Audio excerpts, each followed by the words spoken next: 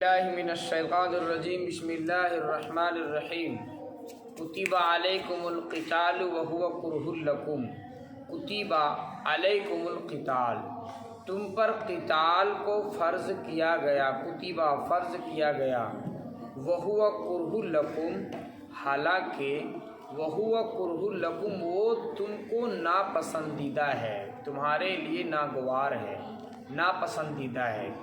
قتال اس آیت کے اندر اور اسی طرح سے قرآن کریم کے دیگر آیات کے اندر بھی اللہ تبارک و تعالیٰ نے بیان فرمایا ہے کہ تم لوگوں کے اوپر جہاد فرض کیا گیا ہے۔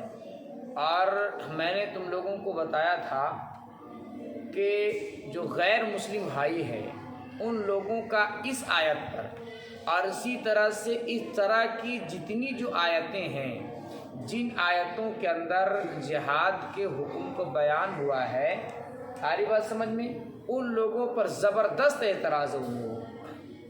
اور بعض ناواقف مسلمان جو اچھی طرح سے قرآن کو نہیں سمجھے، پڑھا تو لیکن سمجھا نہیں، یا پھر اگر پڑھا بھی تو دل میں اللہ اور اس کے رسول صلی اللہ تعالیٰ علیہ وسلم کے خلاف عناد، بغض، کینہ رکھ کر کے پڑھا، تو قرآن کہاں سمجھ میں آئے گا ان لوگ؟ آری بات سمجھ میں؟ اور ان لوگوں کا زبردست اعتراض ہے، ان لوگوں کو کہنا دیکھو تمہارے قرآن کریم کے اندر لکھا ہوا ہے کہ تم لوگوں کے لیے جہاد کرنا فرض ہے، اور دوسری آیت کے اندر کیا ہے کہ تم لوگ جو ہے وَاقْتُلُوهُمْ حَيْثُ ثَقِفْتُمُوهُمْ، تم جو ہے وہ کافروں کو قتل کرو جہاں پاؤ، جہاں۔ اور اسی طرح سے 10ویں پارے کی آیت ہے اس کے اندر بھی۔ لیکن اصل کیا ہے کہ اس کے پس منظر کو سمجھنا ہے، اس پس منظر کو سمجھنا ہے۔ یہ آیت کریمہ کب نازل ہوئی، کس وقت نازل ہوئی، کیوں نازل ہوئی، اللہ نے ایسا کیوں کہا، اس چیز کو سمجھو گے تبھی سمجھ میں آ سکتا ہے۔ آ رہی بات سمجھ میں؟ تو ہوا یوں کہ اللہ کے نبی علیہ الصلوۃ والسلام کی جو مکی زندگی ہے، مکہ کی جو زندگی ہے، وہ نبوت ملنے کے بعد اللہ کے نبی علیہ الصلوۃ والسلام کو نبی جو بنایا گیا 40 سال کی عمر میں، ہے نا۔ 40 سال کے بعد 13 سال اور لے لو، یعنی 53 سال تک۔ کتنے سال تک؟ 53 سال تک اللہ کے نبی علیہ الصلوۃ والسلام مکہ میں رہے۔ 40 سال سے پہلے کی جو زندگی ہے، اللہ کے نبی علیہ الصلوۃ والسلام کو تمام مکے والے پیار سے امین اور صادق کہا کرتے تھے۔ کوئی بھی فیصلہ یا کوئی بھی میٹنگ یا کوئی بھی مشورہ اللہ کے نبی علیہ الصلوۃ والسلام کے بغیر کفار مکہ نہیں کیا کرتے تھے۔ وہ کب کی بات ہے؟ 40 سال پہلے کی بات ہے، یعنی جب نبی نہیں بنائے گئے تھے تب۔ 40 سال میں جب نبی بنائے گئے اور اللہ کے نبی علیہ الصلوۃ والسلام نے اپنی نبوت کا اعلان کیا، اس کے بعد مکہ والے اللہ کے نبی کے دشمن ہو گئے اور اتنی تکلیفیں دی 13 سال تک، یعنی 53 سال تک۔ 40 سال سے شروع ہوا اور کب تک؟ 53 سال تک اتنی تکلیفیں دی کہ اللہ کے نبی علیہ الصلوۃ والسلام نے کہا، فرمایا کہ جتنا مجھے ستایا گیا، جتنی مجھے تکلیفیں دی گئی، اتنا کسی بھی نبی کو تکلیف نہیں دی گئی، اتنا ستایا گیا۔ جو بھی ہو سکتا تھا ان مکے والوں سے انہوں نے کیا، یہاں تک کہ اللہ کے نبی علیہ الصلوۃ والسلام پر جو بھی ایمان لاتا اس کو بھی گھسیٹ کر کے مارنا ہے، اور اس کو جو ہے وہ گرم ریت میں لٹانا، زنجیروں میں جکڑ دینا، یہاں تک کہ حضرت سمیہ رضی اللہ تعالی عنہا، اس کو دردناک انداز میں ابو جہل نے شہید کیا، ان کے شرمگاہ پر برچھے مارے، نیزے مارے، جس سے وہ شہید ہو گئی۔ اور بھی طرح طرح کی تکلیفیں دی گئی جس کو بیان نہیں کیا جا سکتا۔ یہ جو 13 سالہ مکی زندگی ہے، اس 13 سال میں اللہ کے نبی علیہ الصلوۃ والسلام کو اللہ تبارک و تعالیٰ برابر یہی کہتا رہا کہ یا نبی اللہ آپ صبر کریں، آپ کیا کریں؟ صبر کریں، صبر کریں، صبر کریں۔ اور اللہ کے نبی علیہ الصلوۃ والسلام 13 سال تک کبھی بھی ان کو جہاد کا حکم نہیں دیا گیا، اور 13 سال تک وہ صبر کرتے رہے، یہاں تک جب ان لوگوں نے ایک دم مجبور کر دیا اور قتل کی سازش کر لی، قتل کی سازش کر لی کہ آج جو ہے وہ آخری نبی حضرت محمد رسول اللہ صلی اللہ تعالیٰ علیہ وسلم کو آج تو قتل کر ہی ڈالنا ہے. پورا پلاننگ، پوری تیاری کر لی. تو اللہ تبارک و تعالیٰ نے حکم دیا اللہ کے نبی کو، یا نبی اللہ آپ یہاں سے ہجرت کر جائیں، مکہ کو چھوڑ دیں. پہلے قتل کی سازش ان لوگوں نے بنائی، پہلے تو تکلیفیں دی، جو ہو سکا گھسیٹا گیا، یہاں تک کہ کھال ادھیڑ دیا جاتا تھا اور آگ کو گرم کر کے اس آگ میں لٹا دیا جاتا تھا، ہے نا. رات میں یہ واقعہ کیا جاتا. اب جب پورا کھال پیٹھ کا جل جاتا، اس کے بعد صبح کو کیا کرتے، گرم ریت میں لٹا دیتے. آپ جو ہے دیکھو، تھوڑی سی اگر زخم ہو کہیں پر بھی اور تھوڑا سا کچھ اس میں لگ جائے کنکڑ وغیرہ، دیکھتے ہو کہ کتنی تکلیف ہوتی ہے. اب پورا جو پیٹھ ہے، پشت جو ہے وہ آگ سے بالکل جل چکا ہو، اور پھر اسی پشت کو، اسی پیٹھ کو، اسی انسان کو جو پیٹھ کے بل گرم ریت جس میں پاؤں نہیں رکھا جاتا اس میں لٹا دیا جائے، اور پھر اوپر سے چٹان پتھر دبا دیا جائے. کتنی تکلیف پہنچے، کتنی تکلیف پہنچتی ہوگی. اور بھی بے شمار ان لوگوں نے تکلیفیں دیں، ہے نا. صحابہ کرام رضوان اللہ تعالیٰ علیہ مجمعین کو کھال ادھیڑ دیے، ان کے سامنے ان کے بچوں کو ذبح کر دیے، اتنی تکلیفیں دی. اور تب تک اللہ کے نبی کا حکم ہوتا رہا آپ صبر کریں. آپ کیا کریں؟ صبر کریں. اس کے بعد جب اللہ کے نبی صلی اللہ علیہ وسلم کے قتل کا منصوبہ بنایا مشرکوں نے، اللہ نے حکم دیا اب آپ کیا کریں، مکہ چھوڑ دیں. جب مکہ چھوڑ کر مدینہ چلے گئے، اور مدینہ میں بھی یہ لوگ چڑھائی کرنے لگے، وہاں بھی یہودیوں کے ساتھ مل کر کے سازشیں کرنے لگے. سمجھ آ رہی تم لوگ کو؟ اور وہاں بھی جو ہے وہ تکلیفیں دینے لگے، اور وہاں پر ہر ممکن کوشش کرنے لگے کسی طرح سے اللہ کے نبی کو، اللہ کے نبی کے ماننے والوں کو ختم کر دیا جائے، ہے نا. تب اللہ تبارک و تعالیٰ نے حکم دیا کہ آپ ان کا دفاع کریں، آپ بھی ان کے ساتھ آپ جہاد کریں. کیا غلط ہے؟ حل تو ادھر سے ہوا ہے نا. تو ان لوگوں کے بارے میں ہے، ان کافروں کے بارے میں ہے کہ آپ ان کو جہاں چاہیں قتل کریں. جب وہ قتل کر رہے ہیں آپ کو، جب وہ آپ کو مار رہے ہیں، تو آپ بھی کیا کریں، جہاں چاہیں ان کو مارے. آج جتنی تکلیفیں ان لوگوں نے دی ہے. اور یہ جو حکم ہے، یہ حکم جو سیدھے سادے غیر مسلم بھائی ہیں ان کے لیے نہیں ہے. اچھا، اتنا ہونے کے باوجود بھی کفار مکہ کا کیا طریقہ تھا؟ ان کی عادت تھی کہ جو مسلمان ہوتے ان کو بھی مارتے، ان کے خاندان والوں کو بھی مارتے، ان کے بچوں کو بھی مارتے. لیکن اسلام نے یہ حکم نہیں دیا، کہا آپ ان کے بچوں کو مت ماریے گا، ان کی عورتوں کو مت ماریے گا، ان میں جو بوڑھے لوگ ہیں ان کو بھی مت ماریے گا، ان سے لڑائی جھگڑا نہیں کرنا. ہاں اگر وہ بھی آ جائے جنگ کے میدان میں تب تو چھوڑا نہیں جائے گا. اور اگر یہ حکم عام ہوتا جیسا کہ لوگوں کو کہنا ہے، تو اس صورت میں بتاؤ اللہ کے نبی علیہ الصلوۃ والسلام کے ساتھ غیر مسلم رہے، اور اللہ کے نبی کا اخلاق اتنا نرالا تھا کہ اللہ کے نبی علیہ الصلوۃ والسلام یہودی عیسائی جو مسلمان تھے ان کی بھی مہمان نوازی کیا کرتے تھے. ایک جنگ کے موقع پر یہی غیر لوگ اگر چلو مان لیتے ہیں ان لوگوں کا یہی کہنا ہے کہ قرآن کے اندر آیا ہے جہاں پاؤ تہاں ان کو کیا کرو، قتل کرو. تو ایک موقع پر جب وہ کافر آئے تھے، حملہ کیے مسلمانوں کے اوپر، تو ان کو شکست ہوئی، ان کی ہار ہوئی، تو ان کو جو ہے قیدی بنا لیا گیا.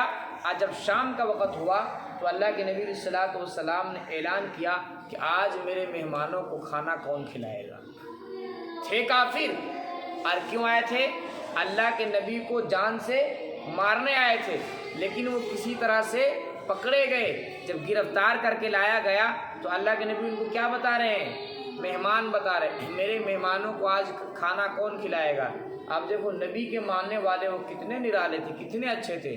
سب ایک پکڑ کر کے لے گئے. ایک غریب صحابی تھے جن کے پاس کھانے کے لیے کچھ بھی نہیں تھا، تھوڑا بہت تھا جو اپنے لیے ہو سکتا تھا، وہ پکڑ کر لائے اور گھر میں آ کر بیوی سے کہنے لگے کہ گھر میں کچھ کھانے کے لیے ہے. بیوی نے کہا کہ کھانا اتنا ہے کہ ایک ہی آدمی کا کافی ہو سکتا ہے، ایک ہی آدمی کا کافی ہو سکتا ہے، چاہے آپ کھا لیں چاہے وہ مہمان کھا لیں، ٹھیک ہے نا جی۔ تو جب کھانے کا وقت ہوا، کھانا لایا گیا، تو وہ جو صحابی تھے اسی مشرک سے، اسی کافر سے جو اللہ کے نبی کے ساتھ جہاد کرنے کے لیے آئے تھے، لڑائی کرنے کے لیے آئے تھے، اللہ کے نبی کو ختم کرنے کے لیے آئے تھے، ہے نا، تو وہ کہہ رہے ہیں صحابی کہ تم ایسا کر، تم اللہ کے نبی کا مہمان ہے، تو کھانا کھا لے، میں درخت کے پتے چبا لوں گا۔ پہلا دن ایسا ہی ہوا کہ دشمن کو کھانا کھلا رہے ہیں اور اپنا درخت کے پتے چبا رہے ہیں۔ پہلا دن یہی ہوا، دوسرا دن یہی ہوا، تیسرا دن جب یہی ہوا تو وہ کہنے لگے، وہ جو کافر تھے وہ کہنے لگا کہ میں تو اب کھانا نہیں کھاؤں گا۔ کہا کیوں؟ کہا اب میری بھی ایک شرط ہے۔ وہ شرط کیا ہے کہ آپ پہلے مجھے کلمہ پڑھائیں تب میں کھانا کھاؤں۔ تم کتنے اچھے ہو کہ ہم تم لوگوں کو تم پر حملہ کرنے آئے تھے، کسی وجہ سے ہم گرفتار ہو گئے، تم ہمیں کھانا کھلاتے ہو، خود درختوں کے پتے چباتے ہو۔ یہ میرے نبی کا اخلاق تھا۔ ایک مرتبہ ایک یہودی اللہ کے نبی علیہ السلام کے مہمان ہوا، تو رات کا وقت تھا، اللہ کے نبی علیہ السلام نے کھانا کھلایا۔ صبح جب ہوا تو وہ جو یہودی مہمان تھا اللہ کے نبی علیہ السلام کے بستر میں ہی کھانا کر کے چلا گیا۔ جب جانے لگا تو کوئی اس کا سامان تھا، قیمتی سامان، جو اللہ کے نبی کے یہاں چھوٹ گیا، جس کو اس کو لینا ضروری تھا۔ آ رہی بات سمجھ میں؟ اب وہ صبح کے وقت جو ہے وہ کچھ دور چلا گیا، تب یاد پڑا، پھر وہ سامان لینے کے لیے آ رہا ہے تو دیکھتا کیا ہے کہ اللہ کے نبی علیہ السلام اسی پیخانہ کو اپنے مبارک ہاتھوں سے دھو رہے ہیں۔ کیا وہ نبی حکم دیں گے قتل کرنے کے لیے؟ قتل کرو جہاں پاؤ تھا۔ تو مطلب یہ ہے کہ لوگوں نے قرآن کے مطلب کو سمجھا ہی نہیں ہے۔ کن لوگوں کے لیے؟ یہ کفار مکہ کے لیے ہے، اور ان لوگوں کے لیے ہے جو مسلمانوں کی زندگی کو بالکل حرام کر دیتے ہیں، جینا بالکل ان کے لیے تنگ کر دیتے ہیں۔ ایسے لوگوں کے لیے اللہ تبارک و تعالیٰ نے اللہ کے نبی علیہ السلام کو حکم دیا تھا، نہ کہ ہندوستان کے غیر مسلم بھائیوں کے لیے۔ آ رہی بات سمجھ میں؟ یہ سمجھ کی بات ہے۔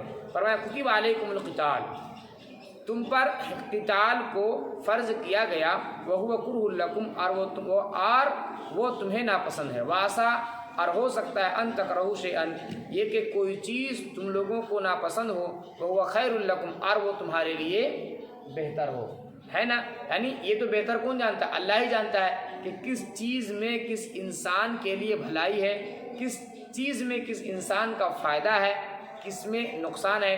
بعض مرتبہ ایسا ہوتا ہے کہ کوئی چیز ہے دیکھنے میں تو ہمیں اچھا لگتا ہے لیکن ہمارے لیے اس میں نقصان ہوتا ہے۔ بعض چیزیں ایسی ہوتی ہیں بعض مرتبہ کہ دیکھنے میں ایسا محسوس ہوتا ہے ہمارا اس میں نقصان ہے، لاس ہے، لیکن لاس نہیں ہوتا بلکہ فائدہ ہوتا ہے۔ فرمایا واسا ان تحبوا شیئا وهو شر لکم، اور ہو سکتا ہے ان تحبوا، یہ کہ تم کسی چیز سے محبت کرو، کسی چیز کو پسند کرو، وهو شر لکم، اور وہ تمہارے لیے برا ہو۔ واللہ یعلم وانتم لا تعلمون، اور اللہ جانتا ہے تم نہیں جانتے۔ یسألونک عن الشہر الحرام، وہ لوگ آپ سے پوچھتے ہیں حرمت والے مہینے کے بارے میں، قتال فی، اس میں قتال کرنا کیسا ہے۔ دیکھو بات یہ تھی کہ جمادی ثانی کا مہینہ چل رہا تھا، جمادی ثانی کا مہینہ چل رہا تھا، آخری اس کی جو تاریخ تھی۔ اب جمادی ثانی کے بعد کون سا مہینہ شروع ہوتا ہے؟ رجب المرجب کا مہینہ شروع ہوتا ہے۔ تو 4 مہینے جو تھے وہ حرمت والے مہینے تھے، جن میں کافر جو ہے کفار مکہ بھی جو ہے وہ قتل و قتال کرنا حرام سمجھتے تھے۔ وہ کون سا مہینہ تھا؟ رجب المرجب کا مہینہ، ذی القعدہ، ذی الحجہ، محرم الحرام کا مہینہ۔ آری بات سمجھ میں؟ ایک مرتبہ صحابہ اکرام رضوان اللہ تعالیٰ علیہ مجمعین کہیں تشریف لے جا رہے تھے، کچھ کفار سے ان کا جنگ ہو گیا کسی بات پہ، آری بات سمجھ میں، جس میں ایک کافر مارا گیا، ایک کافر مارا گیا، اور وہ جو تاریخ تھی وہ جمادی ثانی کی آخری تاریخ تھی۔ صحابہ کرام سمجھ رہے تھے شاید جو ہے وہ چاند دکھ گیا ہو، چاند نہ دکھا ہو، ہے کہ نہیں، اور رجب کا مہینہ ابھی شروع نہیں ہوا ہے، لیکن صحیح معنوں میں رجب کا مہینہ شروع ہو گیا۔ جب آخری تاریخ تھی، آخری جب تاریخ تھی کس کی؟ جمادی ثانی کی، تو ویسے ہی سورج چھپنے کے بعد اسلامک جو مہینہ ہوتا ہے وہ شروع ہو جاتا ہے۔ تو شام کا وقت جو ہو گیا 1 رجب شروع ہو گیا۔ آ رہی بات سمجھ میں؟ 1 رجب کیا ہو گیا؟ شروع ہو گیا۔ جب 1 رجب شروع ہو گیا تو قتل و قتال کرنا اس کے اندر کیا ہو گیا؟ حرام ہو گیا۔ آ رہی بات سمجھ میں؟ قتل و قتال کرنا حرام ہو گیا۔ تو صحابہ اکرام سمجھ رہے تھے کہ چاند نہیں دکھا ہے اور آخری تاریخ کل ہوگی۔ آ رہی بات سمجھ میں؟ اس لیے ان لوگوں نے اس میں جو ہے قتل کر بیٹھا۔ جب قتل کر دیے، قتل ہو گئے وہ کسی طرح سے، تو پھر لوگ جو ہے وہ چرچا کرنے لگے، کفار مکہ بھی جو ہے وہ آنے لگے کہ آپ لوگ جو ہے وہ حرمت والے مہینے کو جو کیا کرتے، پامال کرتے، ان کی بھی رعایت نہیں کرتے، قتل و قتال کرنا اس میں حرام تھا۔ کچھ یہودی بھی آ گئے۔ آ رہی بات سمجھ میں؟ اسی وقت یہ آیت نازل ہوئی کہ وہ لوگ آپ سے پوچھتے ہیں عن الشہر الحرام، حرمت والے مہینے میں، قتال فیہ، کہ اس میں قتال کرنا کیسا ہے؟ قل قتال فیہ کبیر، آپ کہہ دیجئے اس میں قتال کرنا بڑا گناہ ہے۔ اور کون سا قتال؟ قتل عمد، جان بوجھ کر کے قتل کرنا کیا ہے؟ بڑا گناہ ہے۔ لیکن یہاں جو قتل ہوا ہے وہ جان بوجھ کر تھوڑی ہوا ہے۔ جب آپس میں جھڑپ ہوا، آپس میں جب لڑائی ہوئی تو وہ ظاہر سی بات ہے اس میں کوئی بھی مارا جا سکتا ہے، مارا گیا۔ اور پھر آگے اللہ نے کہا سنو، یہ تو چلو ٹھیک ہے، ایک غلطی سے قتل ہو گئی، اس کو تم اتنا اچھال رہے ہو اور تم اتنے بڑے بڑے گناہ کرتے ہو، کیا کرتے ہو کہ اللہ کے راستے سے تم روکتے ہو، لوگوں کو مسجد میں نماز نہیں پڑھنے دیتے، ہے کہ نہیں؟ اسی طرح سے تم اللہ کا انکار کرتے ہو، مسجد حرام سے تم روکتے ہو، اسی طرح سے کیا کرتے ہو، اپنے درمیان رہنے والے باشندوں کو تم اپنے گھروں سے، اپنے محلے سے، اپنے ٹولے سے تم نکالتے ہو، ہے کہ نہیں؟ تو یہ جو چیزیں ہیں یہ تو قتل سے بڑا گناہ ہے۔ یہ کیا ہے؟ قتل سے بھی ایک آدمی کو اللہ کے راستے سے روکنا، ایک آدمی کو اس کے گھر سے نکالنا، شہر بدر کرنا، ہے کہ نہیں؟ کتنا بڑا گناہ ہے، اس کو تم گناہ نہیں سمجھتے۔ اسی کو اللہ نے کہا کہ وصدٌ، اور روکنا، عن سبیل اللہ، اللہ کے راستے سے، وکفر بہ، اور اس کا انکار کرنا، والمسجد الحرام، اور مسجد حرام سے روکنا، واخراج اہلہ، اور اس کے رہنے والے کو نکالنا، من اس سے، اکبر عند اللہ، اللہ کے نزدیک زیادہ بڑا ہے، والفتنۃ اکبر من القتل، اور فتنہ کیا ہے؟ فتنہ اکبر من القتل، بڑا ہے قتل سے، ولا یزالون یقاتلونکم حتی یردوکم عن دینکم ان استطاعوا، وہ لوگ تم سے برابر قتال کرتے رہیں گے۔ اللہ کہہ رہا ہے آپ صلی اللہ تعالیٰ علیہ وسلم کو خطاب کر کے صحابہ کرام کے، وہ جو مشرک ہے، وہ جو یہودی ہے، وہ آپ سے برابر قتال کرتے رہیں گے۔ ان کی خواہش یہی ہے کہ وہ لوگ کسی طرح سے آپ کو، آپ کے چاہنے والے کو اپنے دین میں پھیر لیں۔ آج بھی دیکھ لو ہندوستان کے اندر بھی یہی ہو رہا ہے کہ لوگوں کی جو خواہش ہے، ہر ممکن ان کی یہی خواہش ہے کسی طرح سے مسلمانوں کو ان کے دین اور ایمان سے پھیر کر کے اس کو کس میں شامل کر دیا جائے؟ غیر مسلم چاہتے اپنے میں شامل کر لیا جائے۔ اس کے لیے وہ طرح طرح کی کوششیں کر رہے ہیں، طرح طرح کی وہ سازشیں کر رہے ہیں، لیکن تمام کے تمام وہ ناکام ہے بھی، رہیں گے بھی انشاءاللہ، اور تھے بھی۔ آ رہی بات سمجھ میں؟